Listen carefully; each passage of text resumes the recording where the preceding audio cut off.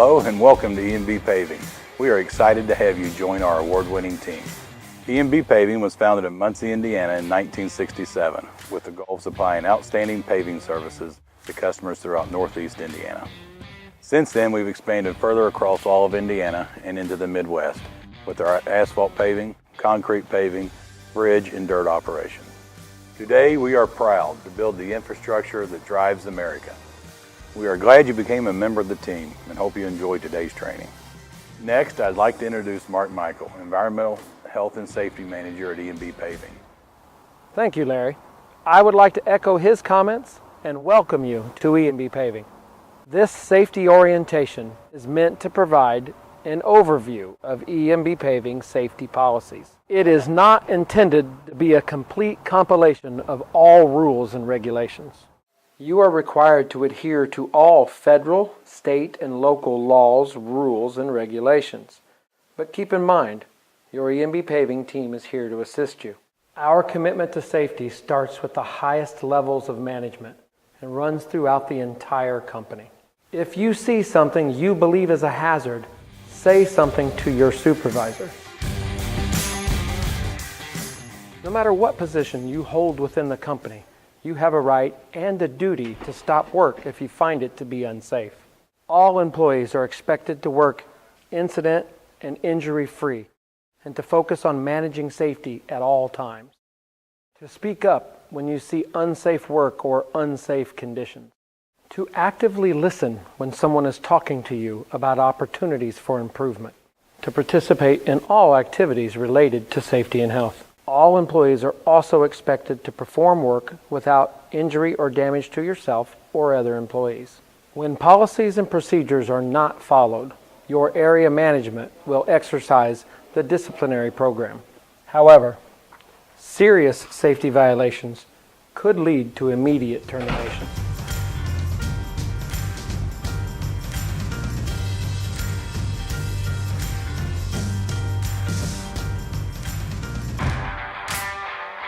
Again, I would like to welcome you to E&B Paving. And now I would like to introduce Todd, who will be covering employees' rights and responsibilities. Thank you, Mark. While at E&B Paving, you have the right to be informed about the hazards at work and to be trained to recognize those hazards and to protect yourself. Participate in all safety-related activities and request information from supervision. As employees of E&B Paving, we have the responsibility for individual safety and that of our coworkers, to report to work well rested, to follow all safety rules and plans, to attend daily crew briefings and to participate, to report unsafe conditions or hazards, to report all work-related injuries or illnesses immediately, to know the hazards and understand how to mitigate those hazards. Today you will be hearing from some of our executive team, so be sure to pay close attention to their insights.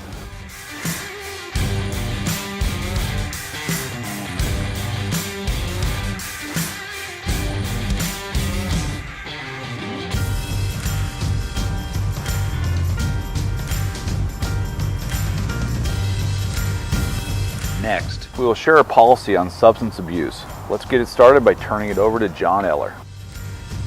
To maintain a safe workplace environment, we actively enforce our drug and alcohol-free policy. Drug and alcohol abuse on the job site has contributed directly to high absenteeism, poor productivity, accidents, and fatalities. A policy prohibits drugs and alcohol on the job site. You will also report to work free of any controlled substance and/or alcohol.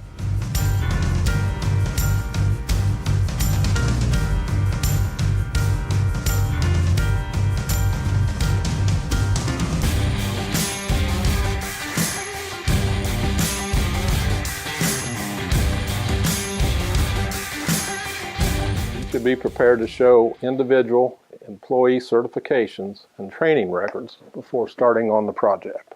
First responders shall have current certification to include CPR, AED, and bloodborne pathogen certifications. Our safety meetings, commonly referred to as toolbox talks, and site-specific training sessions are conducted and documented on a regular basis. Anyone performing flagging operations must have a valid flagger certification.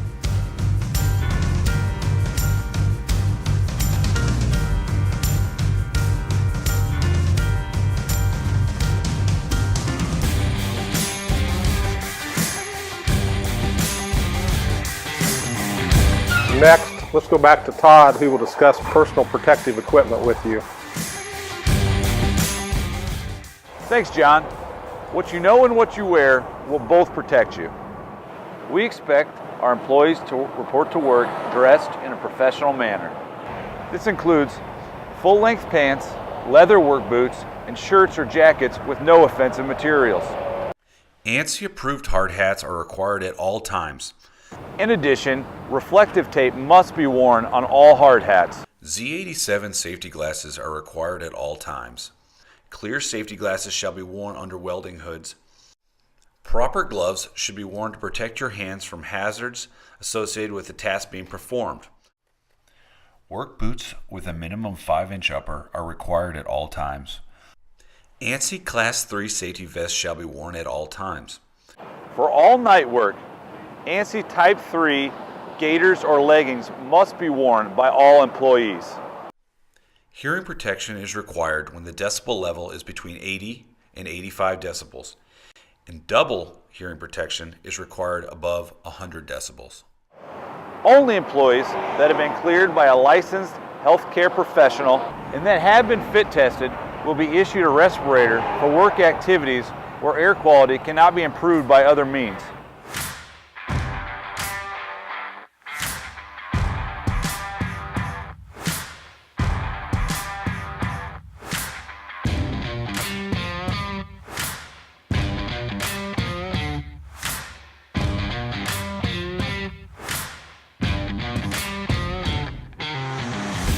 Next, let's speak with Tony Evans about keeping our workspaces clean.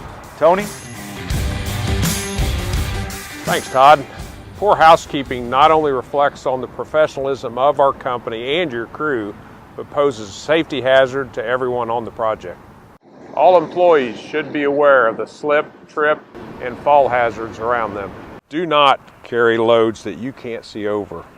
Keep walking, working surfaces free of debris and slippery substances. 3 points of contact must be used when getting onto or off of equipment. In addition, you should face the piece of equipment when mounting or dismounting. Employees must be cautious when working around a heavy equipment and or materials to avoid pinch points for your hands and crush points for your body. Always be aware of your surroundings and take extra precaution to not get caught in between or struck by a piece of equipment. So what if it happens? What if we have an incident? You report all injuries, incidents, and near misses to your supervisor immediately, no matter how minor it might seem. Unless it is a life or death situation, all injured workers must be treated at a company-approved medical facility.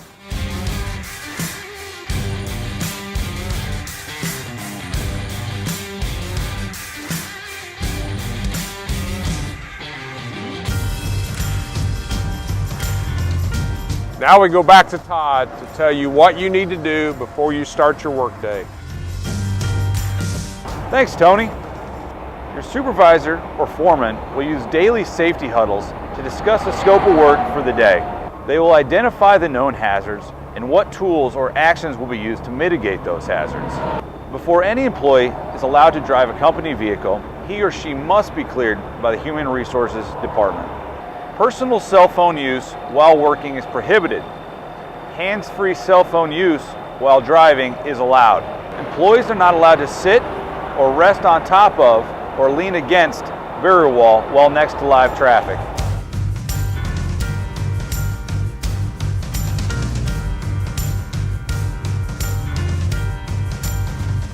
Now that you're familiar with work zone safety, Brad will help us go into the maintenance and use of power tools. Brad? Thanks, Todd. All hand and power tools must be inspected before use. If defective, they must be repaired before they are used. Guards should never be removed from power tools. Remember, you must always wear the proper PPE for the tool you are using. While using a power tool, you may be working in a confined space. Let's discuss the best practices for working in a confined space. Any employee performing work activities related to a confined space must go through confined space training.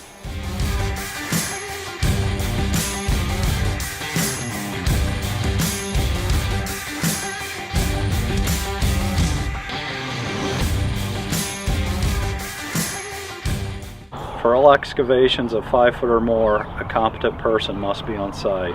All hazards associated with excavation should be covered at the pre-job briefing with employees who are exposed to the hazards. Some type of protection system is required for all excavations 5 foot or greater. All excavations must be kept free of standing water. From subgrade to aerial, let's talk about ladder safety. All ladders must be inspected before use, and remember to always use 3 points of contact when using a ladder. All straight or extension ladders must have safety feet and be secured when in use. Only one person on a ladder at a time. Only employees who have been through E&B's aerial lift safety training can work from or operate an aerial lift.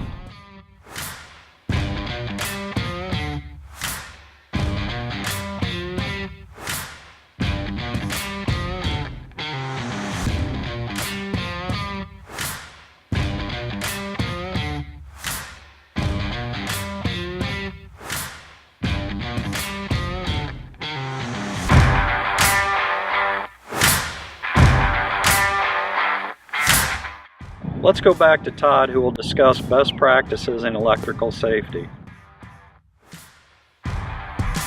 Thanks, Brad. Before we get started, you should know only qualified employees shall be allowed to work on electrical equipment. All cords and welding leads shall be inspected before each use. Always use proper lockout tagout procedures when working on an energy source, whether that be electrical or mechanical. Remember, if it's not grounded, it's not dead. Always maintain the minimum distance from a power line. Work should not be performed closer than 10 feet to a power line. Foremen and supervisors should identify all overhead power lines in relation to that day's work activities. All employees must stay clear of any piece of equipment or vehicle that has come in contact with an overhead power line. If you are inside a vehicle that strikes an overhead power line, stay inside unless fire is an immediate danger.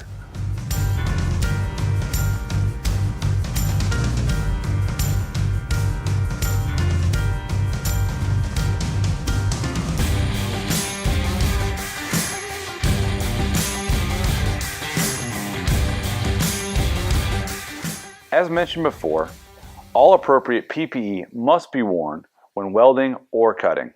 All equipment and PPE must be inspected before each use. A fire extinguisher must be present. Always wear clear safety glasses underneath your welding hood. All hoses must have flashback arresters at regulator end. When in use, cylinders shall be stored in the upright position and in the appropriate size cart.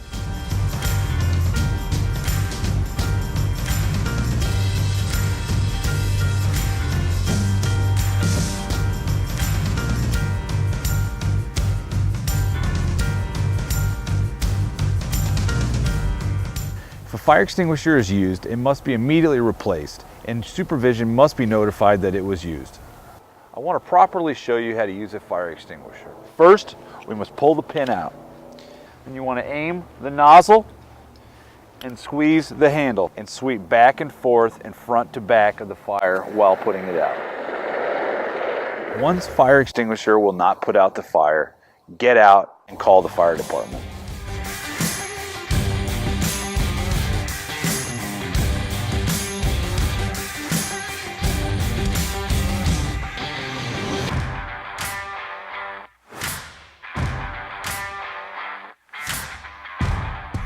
Only employees that have gone through E&B Paving's forklift training are authorized to operate a forklift. Contact the Safety Department or Human Resources to receive more information on how you can be trained.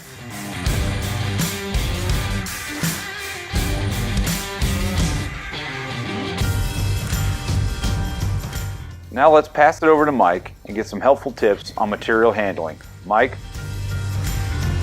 Thanks, Todd. You've all heard the advice to lift with your legs and not your back. It applies to the work site as well.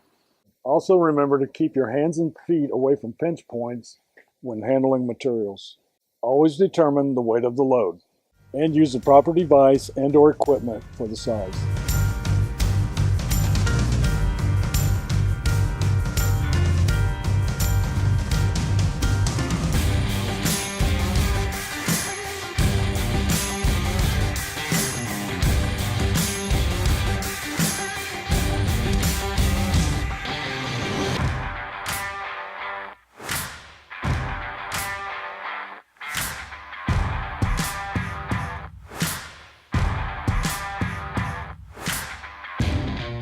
Now let's discuss lifting with the assistance of a crane. E&B Paving requires that all crane operators have CCO certification. Any item that is not working properly means the crane is out of service until repaired. It is important to note that the crane operator has final say on all lifts.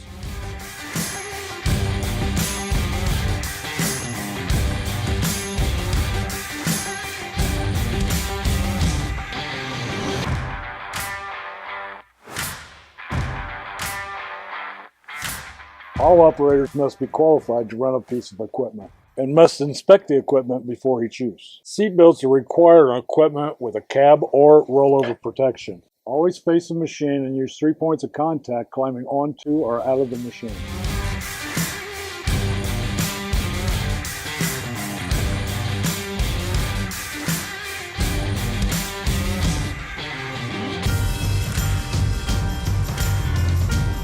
Next, Todd will share more information about the chemicals we work with. Todd? Thanks, Mike. You have the right to know what chemicals you're exposed to and working with in the workplace environment.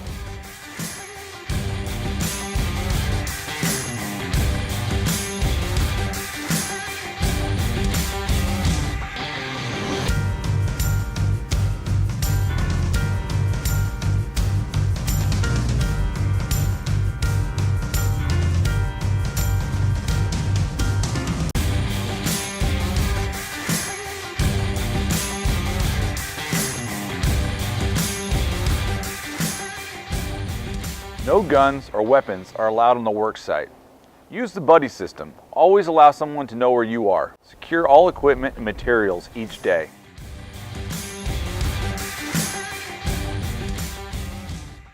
A heat-related emergency is the body's way of saying it's having a hard time maintaining a normal temperature. Employees should continually take fluids throughout their shift to guard against a heat-related emergency. If the body can't keep up, then the person suffers effects ranging from heat cramps to heat exhaustion and then finally heat stroke. Just because you have dry skin and clothes doesn't mean you're not sweating. Remembering that it takes 1 to 2 weeks for your body to adjust to heat. This adaptation is quickly lost, so your body will need time to adjust after a vacation too.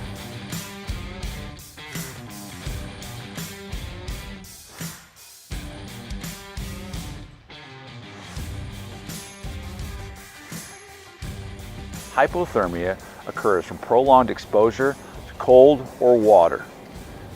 This condition could result in bodily harm or even death.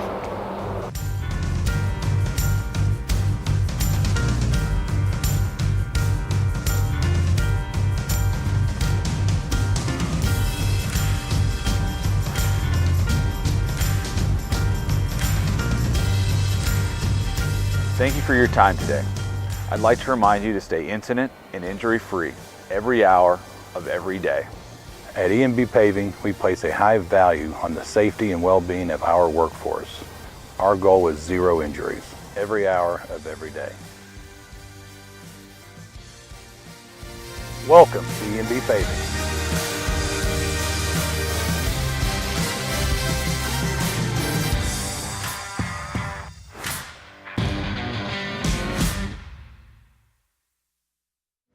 Be prepared to show individual training records before going to work on the project. That was not it though. Toolbox talks shall be done weekly at a minimum. Seems like it. That's not an excellent take. Employees must be cautious when working around heavy equipment and/or materials. I banged my head on that one. So no matter how minor they might seem. Screwed that one up. Sorry. And use the proper device. Seatbelts are required on equipment with a cab or rollover protection. Seatbelts are required in equipment. This again. Sorry. And this seat is a little wet too, by the way. While using a power tool, you may be working in a confined space. Let's discuss the best practices for working in a confined space. This time, think you smile with the words. You don't necessarily have to smile. You don't know me, do you? No. The policy prohibits drugs and alcohol on the job site. Say that again. and site-specific training sessions are conducted. So, let's begin with, I forget everything.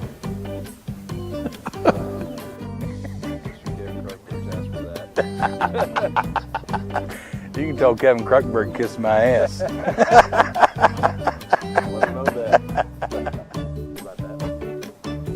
See you later.